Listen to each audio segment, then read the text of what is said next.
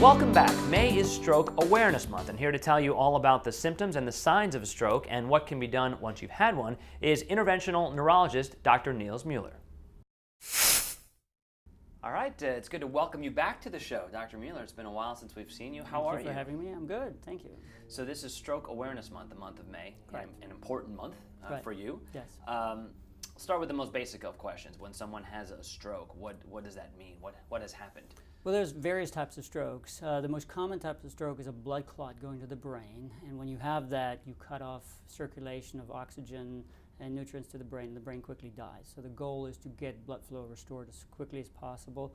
There are other types of strokes as well, so it's difficult to treat somebody based on clinical symptoms in the field. That's why you need a CAT scan or other diagnostic methods. Right, and someone could be feeling fine and then have a stroke?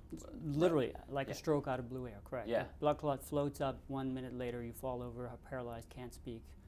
And there's an acronym that patients should remember or bystanders should remember. It's FAST, face, arm, speech, and then time is of the essence. So if you have facial drooping, you have sudden arm weakness, sudden speech impairment, slurring, can't find the words, then you may be suffering from a stroke and you should call 911. So this blood clot, how does it form? It forms differently in different people, I would assume. But yeah, there's a really group of thirds, and 1/3 of the patient it forms in the heart due to unknown or sometimes known atrial fibrillation, irregular heartbeat.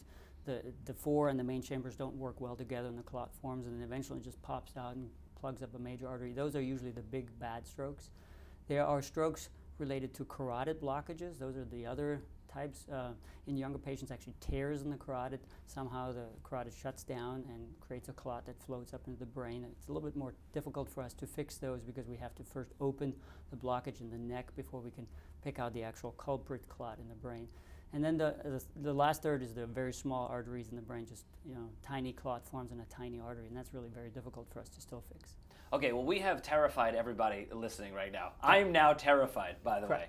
So mission accomplished, I guess. Yeah, I think you have to be aware of stroke. The key issue is you have to know what to do when you have one. You have to know about the quality of the hospital that you go to. You have to know about the fact that time is of the essence. Every minute you lose 2 million nerve cells. So if you recognize the stroke, the message to learn is there is treatment out there. There's treatment even for patients who wake up with strokes. People have sort of a preconceived notion that we treat based on a fixed time window.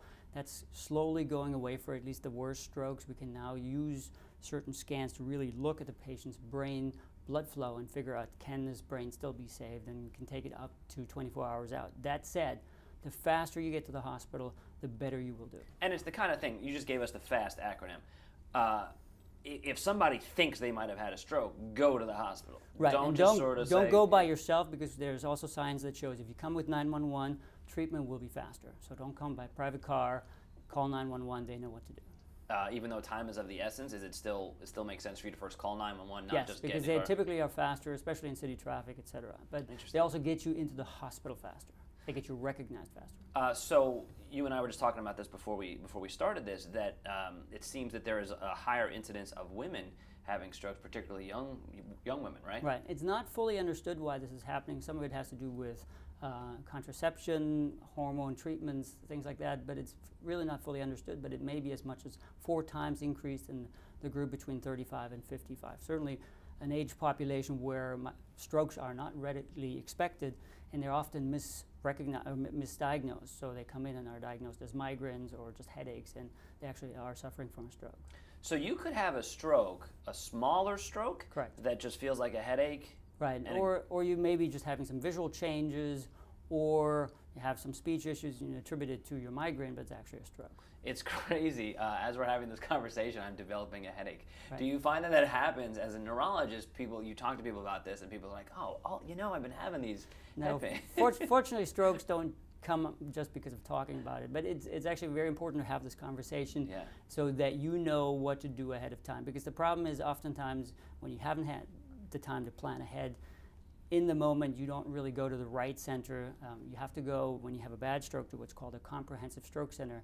We now have data that these centers can really restore blood flow much more efficiently and rapidly, and that this really saves lives and saves disability if you go to a so-called comprehensive center that has interventional techniques. And you work at these comprehensive Correct. centers. Okay. Right. So a patient comes to you or comes to the center. Right.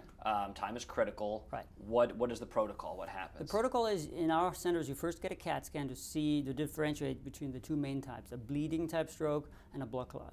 The second one, once your CAT scan is normal, you either get the clot busting in the vein if you still qualify, and then immediately, based on your stroke severity, you get 2 tests looking at where is the blood clot, where is the occlusion, the cut-off artery, and what does the brain tissue behind that cut-off look like? Is it worth going in there with a procedure to open it? So that takes about 10 minutes, and from start to the whole report, and by that time we know exactly what the brain needs to be done. Wow, so this happens quickly. Yes. Yeah.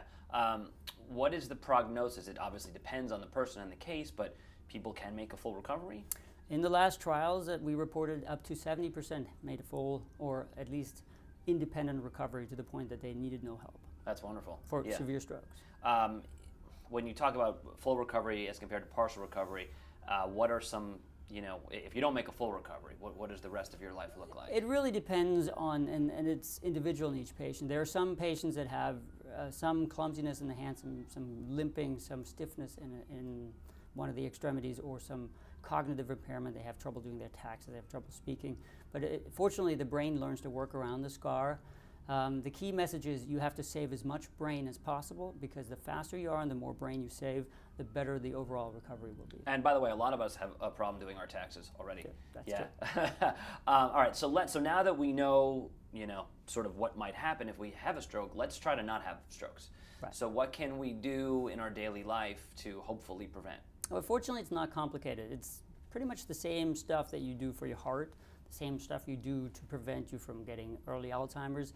It is just the natural, healthy living ingredient. So you have to eat healthy.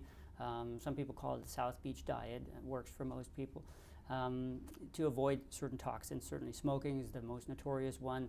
Alcohol in moderation actually may be beneficial, although there's a lot of debate about that, but certainly that's not a major culprit. If you drink a lot, your risk of bleeding goes up. Exercise 3 times a week, that's very, very important. And then obviously avoiding the secondary factors such as obesity, diabetes related to being overweight, all those things.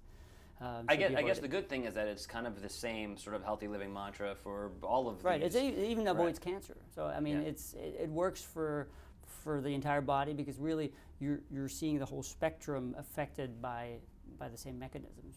Okay, people want to reach out to you, ask you questions. Maybe they need to come see you. How can they find you? They can call my office, 561-499-7551. It's good to see you again, Dr. Mueller. Thank you. And I guess we'll see you next May, or maybe even sooner than that. Thank you. You got it. All right. Thank you. It's been a pleasure.